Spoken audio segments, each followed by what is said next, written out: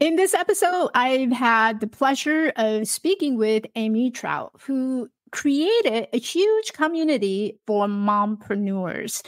And Amy's story is just so inspiring as she decided that she was going to leave her 16 years of career in healthcare, entering entrepreneurship. She's all about empowering and educating people to achieve their goals. And it's something that she's very passionate about it. And you can hear a lot of her stories inside this episode. And some of my key takeaway from this episode is that sometimes being an entrepreneur, as a coach, as a woman, it can be really lonely sometimes. And I think it's very important to have that clarity as to what do you want your lifestyle to look like? How do you design your entrepreneurship? And how do you design being a lady boss in your life? That would allow you to set up a lot of boundaries and designing your coach's life so much easier.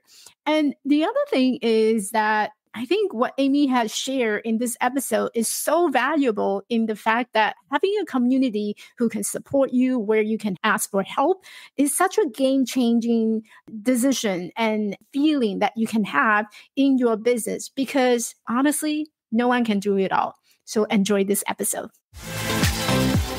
Hey there, welcome to the Make It Visible podcast. I'm your host, Michelle Kuei. I am a visibility and marketing coach, and this is our special spot for female coaches who might be feeling a little bit lost in the crowd, especially if you're introverted. We're here to help you to stand out, so join us as we share stories, tips, and fun chat that will help you shine. Whether you are new or perhaps you've been coaching for a while, this is going to be your go-to place to be seen and heard. So get comfy and grab your coffee. Let's get started. Hi, everyone. I'm super excited to introduce our guest for the week, Amy Trough. She is a self-proclaimed chaos coordinator. I'm so interested in hearing what that term means, who is on a mission to make sure that no woman feels alone in her entrepreneur journey. Amy is a powerhouse. She built not one, but two highly successful businesses from scratch. She is the host of the top 5% globally ranked podcast, The Motivated Mompreneur, and also the founder of the Mom on a Mission community.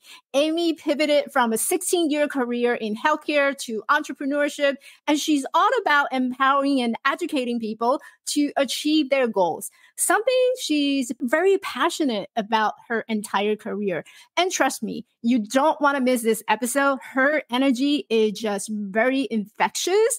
The moment I meet her, I can already feel that this is going to be a great conversation. So without further ado, please join me and welcome Amy. Amy, Thank you so much for having me. Oh my gosh, this is just such an honor and a privilege to be here with you today. So thank you.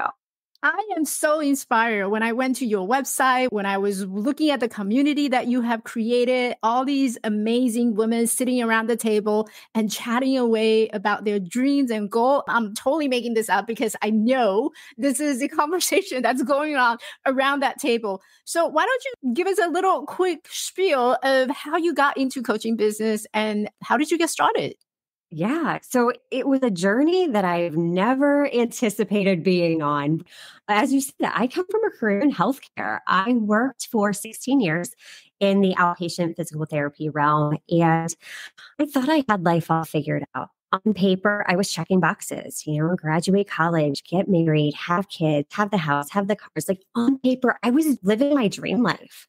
I had success on paper. And then the year 2020 happened and everything shut down. And I was faced with a decision. My kids were in kindergarten and preschool at the time. And I go, oh boy, what are we going to do? We don't have daycare. We don't have school. Who's going to school them? What are we going to do? Well, doing what every woman does, we figure it out. That's our strength as entrepreneurs. We figure things out. So luckily, my employer, since it was outpatient, was like, you know what? We need to cut staff by 50%. I'm like, okay. So I volunteered to take a furlough. And we are going through the motions of, the homeschooling piece. And let me tell you, that was a challenge in and of itself. Like, kudos to teachers. Like, I am not meant to be an elementary or preschool teacher. I learned that very early on in the homeschooling process.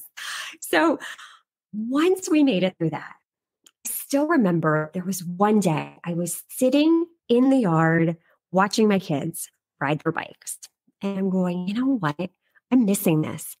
I am in such hustle mode. I am missing my kids grow up. I'm watching life just pass me by. I'm going through the motions. I'm doing what I thought I always wanted to do. But at the end of the day, I finally had the time and the space to stop and pause and ask myself, what do I really want out of this life? Like, isn't there more to life than this constant hustle mode? Sure, the money's great, but no amount of money will buy back this time that I have with my kids right now. So I, on a leap of faith, said, you know what? I've always thought about starting my own home residential organizing business. That was something, getting rid of the clutter really helped me gain so much control when my kids were first born. It really brought me so much peace. And I'm like, you know what? I want to share this with others. I want to help others create that same feeling that I had. So I did it. I learned a lot and the business grew. And it grew fast. And I'm going, oh my gosh, what the heck am I doing? Imposter syndrome starts to kick in because it's like, who am I? Like, who am I to be running this business? I'm making really good money running this business. And I really had to overcome those self-limiting beliefs. So this business is growing. We're chugging along. And part of growing a business, they always say network, network with people in your community, network with those around you. So I would get on a lot of these local networking meetings with like my chamber of commerce, different groups in my area. Like, okay, this is great. But then time and time again, I was constantly told, what you have to choose. If you want to be a successful business owner, you really have to compartmentalize. You can't have both. You can either be a really awesome present mom or you can have a successful business. You can't do both well at the same time. It's just not going to work. And so I found myself just kind of like going, really? Like, I don't know. I feel like the strengths of being a mom really helped me be a better business owner. So many of those like innate strengths that we possess. I mean, have you ever negotiated with a 3-year-old? Those are some incredible skills. So, I was like, okay, this just isn't the right table for me. So on a whim, I built my own. I was like, you know what? If I feel this way, I'm sure there's probably at least one other person out there. Yeah. So I started a Facebook group, Women in My Local Community, just on a whim. And it started to grow. And then it kept growing. And then we started doing these master classes. We were sharing our strengths. We were collaborating. We were doing all of these things. And what I found myself doing was mentoring these women.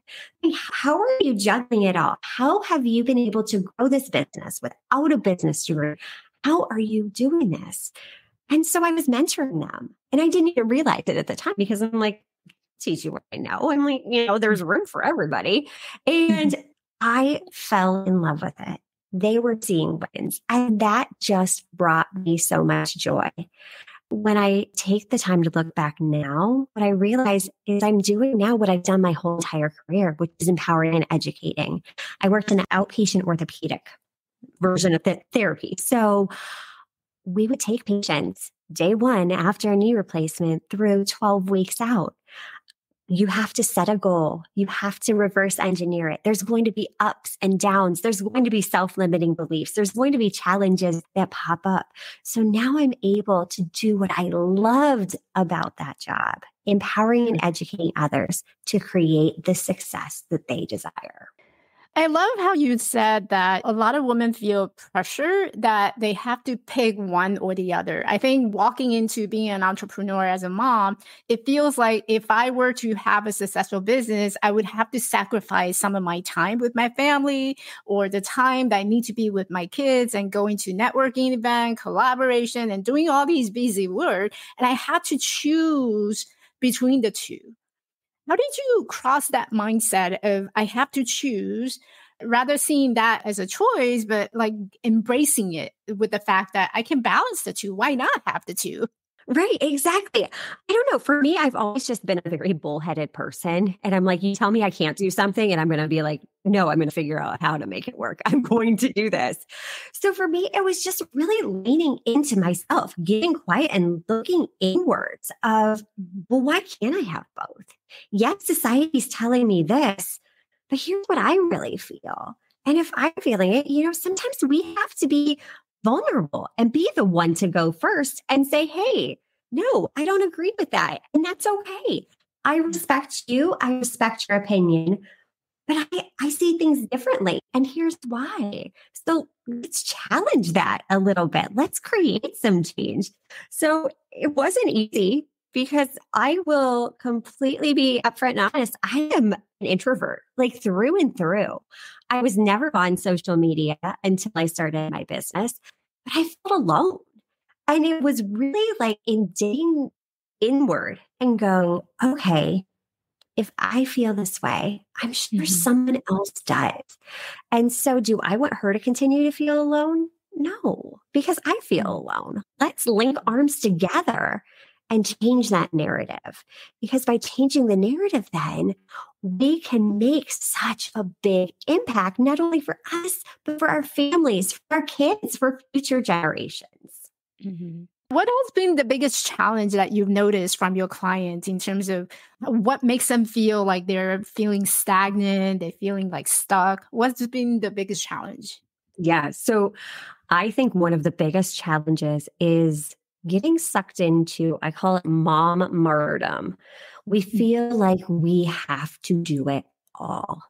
And for me, the hardest words to say, and it's still hard for me to say, are I need help.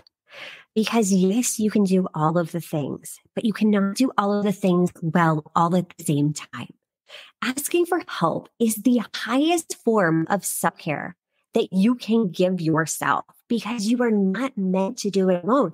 And this doesn't even just go for business. This involves asking your kids for help. I mean, even when they're tiny, they're way more capable than we give them credit for. We can show them, we can teach them how to contribute to the family because we're a team. And I run up my family a lot like I do my business. So we have, yes, I have the business plan, but we also have a family plan so that we're all on the same page. We have our mission statement, we have our vision, our values, our roles, our responsibilities, so that we're sharing the load, so that not one of us feels resentful to the other, like, you're not doing enough, because I can't. I can't do it all. And even taking advantage of some of the wonderful things that did come out of the pandemic. I mean, look at how much our grocery pickup has become, things like that that save us time. It's okay to take advantage of those services. And a lot of times we stop and we go into the guilt mode, like, well, that costs, so much. Okay, well, I know when I'm pushing my cart through the aisles of Aldi, I'm going to be throwing a whole bunch of things in from that aisle of shame that I don't need. So in reality, it's saving me money because now I'm buying all those extra things. And number two, I'm really able then to take back so much time. Instead of taking the 15 minutes to drive there, the hour to get the groceries, the 15 minutes to drive back home, now I've just reclaimed an hour and a half of my time that I can literally invest into income producing activities within my business. I'm so adamant about, okay, you're not in this alone. Ask for help. Really take the time and look at your calendar and see where you can ask for help. Oh, I love that, because I think one of my biggest struggle when I first started was also asking, just simply asking for business and asking for help. I think overall society we have grew up in is that when you're doing the ask, it almost feels like, oh, I'm second citizen. I am not enough. So there's a lot of that imposter syndrome that shows up. I imagine your life is pretty filled with effective and being productive. How do you balance between your business hour versus your work hour? What does it look like for you in terms of like your day-to-day calendar? Yeah.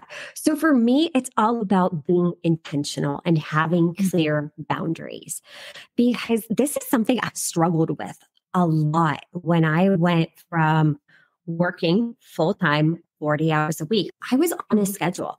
I saw a patient every half hour for 16 years. My brain functions off the schedule. So it's all in finding what worked best for you. So for me, it was establishing working hours. Okay, I'm working from this time until this time. Being intentional then of how I'm spending my time within those hours. So often we see entrepreneurs quitting their 9 to 5s to work 24/7. It does not have to be that way. You just need to be intentional about how you're using your time. And then going a step deeper, if you are a mom, if you are a parent, if you have other demands in your life, it's important to realize what season of life that you are in. If you have an infant at home, that child is going to require so much more time and energy from you. You can't expect your business to grow as fast as someone like me that I have kids in school during the school year for 6.5 hours out of the day. So I have that 6.5 hours to just have pure focus. And then again, within that time, really being intentional about using income producing activities versus chasing shiny objects. I think this is where a lot of us get hung up because we think that we're scrolling for inspiration on Instagram to find our next brilliant post idea, or that we need another course, we need more certifications. Well, when it comes down to it, you need to spend your time doing those activities that are actually going to move the needle forward. So I literally have 3 daily non-negotiables that are scheduled on my calendar that even if I don't want to do them, this is my business. I'm still showing up. I'm treating my business like a business because a lot of times, let's be honest, when we're at home, it's easy to, I'll just do some laundry. While I'm on this networking meeting, I'll throw a load in. Like treat your business like a business when you're working, even if you only have an hour a day. Let's focus on one task that will move the needle forward. It's all about consistency of doing those over and over and over, because you don't just wake up one day with a business. You're constantly learning. You're constantly having to look at your data and see, all right, what's working? Let's do more of this. All right, this didn't go so well. How can we adjust? Like last summer, I did terrible. When my kids were home for the summer, I struggled. So this year, I didn't do any podcast recordings over the summer. I zoomed out. I'm like, okay, how can we make this work? So I batched a ton of content before the kids were out of school for the summer. And then also I hired a sitter to have help on certain days so that I could have that focus on my business. Because what I find is I was so scattered. I'm trying to focus on the task at hand, yet I'm getting, hey, she hit me. Hey, I need a snack. Hey, she's doing this. It was that constant mom. My brain can't switch tasks like that. I need that focus time. And I think just really being self-aware of how do you function best is so, so critical. Yeah. I think one of the key idea that came up for me was consistency, right? And I think one of the things that I found that a lot of clients and also myself struggle with is sometimes we get into our way of thinking, oh my gosh, I don't see any result. I'm looking at the number. Oh, it's not turning out well. I was just talking about how the July launch, I was expecting more signed up, but it wasn't the way that it was. And I got into my own way. I'm thinking, oh my gosh, I need to change everything. I got to revamp everything. So what's your tip in terms of how do we get out of our way and just not looking at the outcome, but rather than doing something else? Yeah, it goes back to mindset. It's all mindset. Now, that's something I didn't realize when I was first starting out as an entrepreneur is how much we can be our biggest cheerleader or our biggest enemy. And I really think it's important to detach from the outcome. Start viewing your business like an experiment. Let's see what didn't go well. So that lunch didn't go well. Okay, guess what? That happens. I've had silent lunches. I think every single entrepreneur out there has had a lunch that didn't go well. And that's okay. I mean, this hasn't happened just once. It's happened multiple times. But what do? It's consistently showing up, zooming out and looking at the data. Okay, Was it just a bad time of year for my target audience? Is summertime, are people just traveling a lot? Are they on vacation? We always make it about ourselves. But when you can really detach and be like, you know what? No, this was a bad time of year.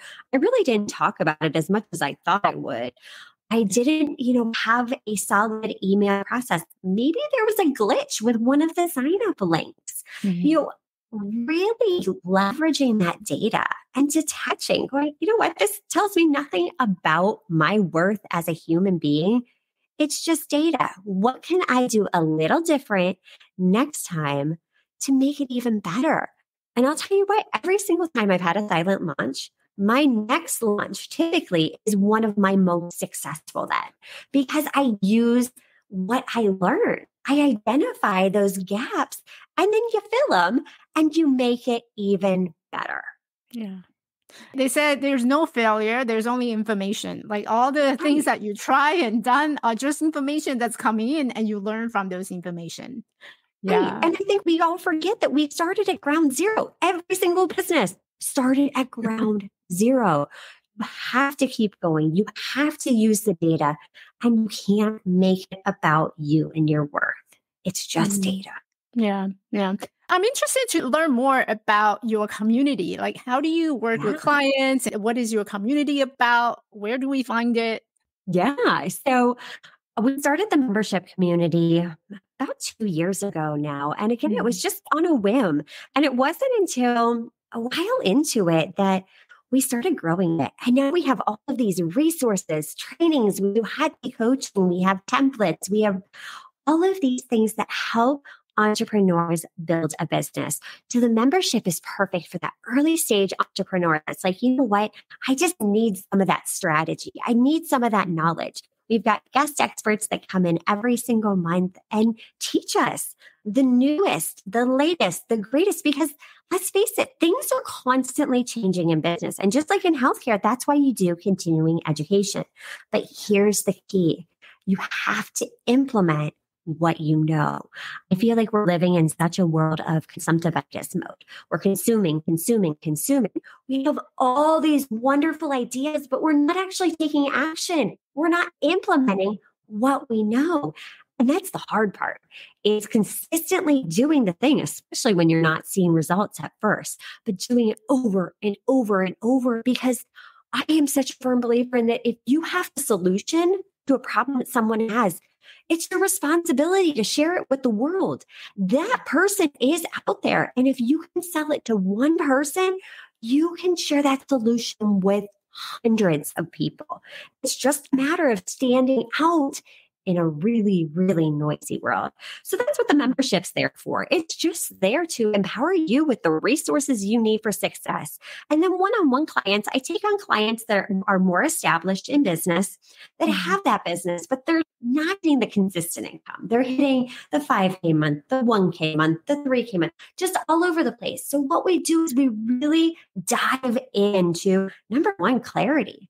What do you want your business to look like? Let's get out of that comparison mode. Really start reverse engineering all of those goals, figuring out what we can automate, what we can get off of your plate, how we can make your business work around your life versus your life around your business. So giving you that control back so that you Yeah. can have the freedom and the flexibility that you desire. Because at the end of the day, this is your business. You can run it in whatever capacity you want. I Yeah. think it's so often thrown around on social media, especially. It's like, oh, if you're not making a 10K month, if you're not having $100,000 years, like you're not doing well. Well, no. What do you want your business to look like? Maybe that's just having enough extra money to pay for your kids' dance lessons, to take your family on a vacation. What do you want? And once you know what you want, that acts kind of like as our GPS destination that you're putting in there. We know where you're at, we know where you want to be, and we take steps to get there. And if we Mhm. go off course, we have a plan to analyze and recalculate so that we stay on track and Mhm. get to where we want to go. Yeah. I think it's interesting how entrepreneurship, as we enter it, we start to lose track. Like you said, there's so much noise that's coming up, right? If you're not making this much of money, then you are not a successful coach. If you're not doing this, then you're not doing it well, or you're doing it wrong. And so we start to lose focus of exactly what is it that we wanted when we first got into entrepreneurship. And I find that a lot of my clients too, and they don't have that clarity exactly what they want. And they lose the focus. And they're just like trying everything. And it makes sense why you don't get any result or outcome that you want because you're trying everything. So I love everything that you just shared. We're constantly chasing shiny objects. And it's just the fact of the matter. It's how society works. It's our brain. But at the end of the day, you have to realize there's 20,000 different ways to get to the same outcome. It was the same thing when I was working in the physical therapy space. You could do all of these different things and achieve the same outcome. The key is finding a way that works for you, that's sustainable for you, that feels good to you, because this is your business. You get to call the shots. Beautifully said. You get to call the shot. Such a great way to see it and designing the lifestyle that we feel like connected to. And after all, it is our life. Any last word of advice for our audience? Just stay consistent. Building a business is a long game. It is a long game, but something that will help you collapse time is asking for help. Recognize where you need help, what your weaknesses are, and link arms with others that can help you get there. You need 3 people in your life to succeed in a business. Those in front of you.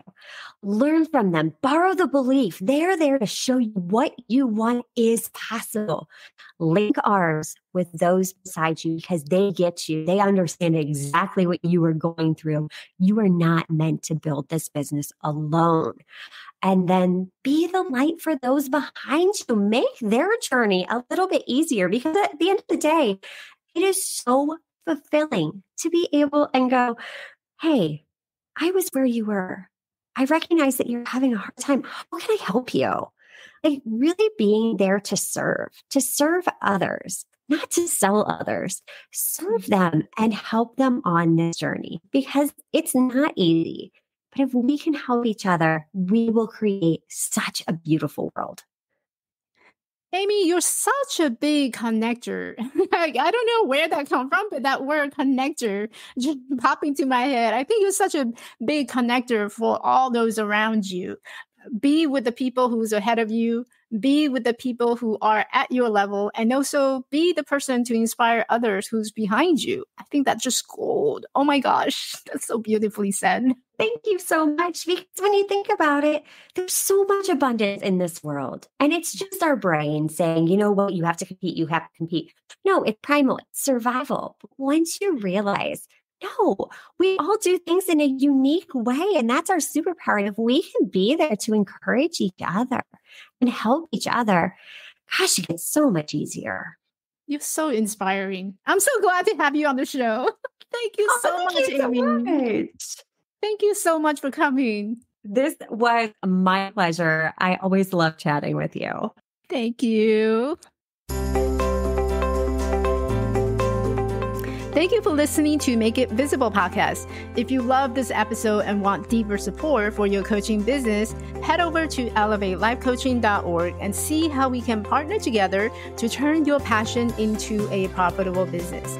I help female coaches launch and scale their coaching business faster than ever without wasted time and money, filling the gaps in your marketing strategies, creating a simple and easy to follow system so you can accelerate on the path of coaching business that you love to wake up to. Head over to elevatelifecoaching.org and grab a free strategy audit today.